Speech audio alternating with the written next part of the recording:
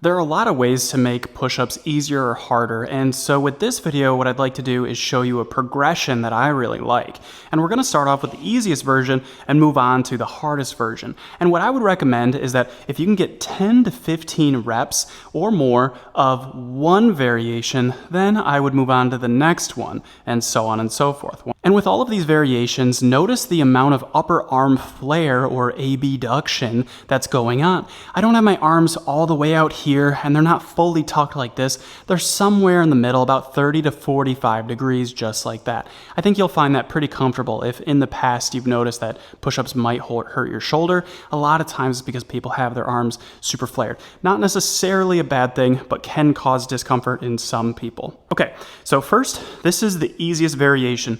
You can do this with an upright bench as long as it's, again, something stable. It's not going to slide away from you. You know, you could put it against a wall or something like that, or you could do this on a wall. But basically, we're going to have something upright in front of us. We're going to put our hands just a little bit below your chest right here, and we're going to push away, just like this. Allow ourselves to come close and then push away. Now, once that previous variation feels a little bit too easy for you, this is the next one I would recommend. Go ahead and put your bench to a horizontal position, and then we're gonna have our hands just about shoulder width or even just outside shoulder width. Right about here would be good. And I'm gonna go down here, put my feet out a little bit, and then I'm gonna lower myself toward the bench, and I'm gonna push away, just like this. Once you can get about 10 to 15 reps or more of that variation, the next one I would do is the knee push-up. So go ahead and go down on the ground on your knees just like this. Again, hands about shoulder width apart. Lower yourself and then push yourself back up just like this. All right, once you have that variation down, the knees, we're gonna do the standard push-up. So we're gonna go up on our toes, same hand position, just outside shoulder width, go down and explode up. And explode up. And we're just controlling that eccentric of every single one of these reps with maybe a just quarter-second pause at the bottom.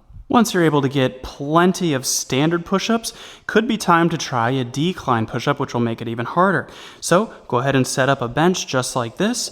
We're gonna place your feet on it, get your hands into position, and down and up.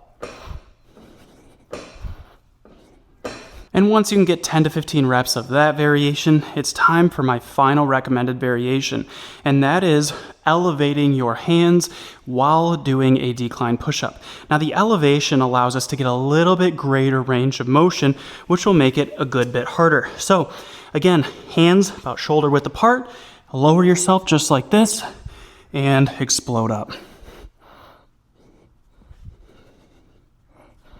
And with that variation, if you're able to do 10, 15 plus, you're very strong, and you probably should be using weights like a dumbbell bench press, a machine chest press, or cable chest press, different variations like that, so you can keep challenging yourself. You could, of course, do things like changing the tempo or adding a half rep at the bottom, but for the most part, let's keep progression simple and just start adding weight.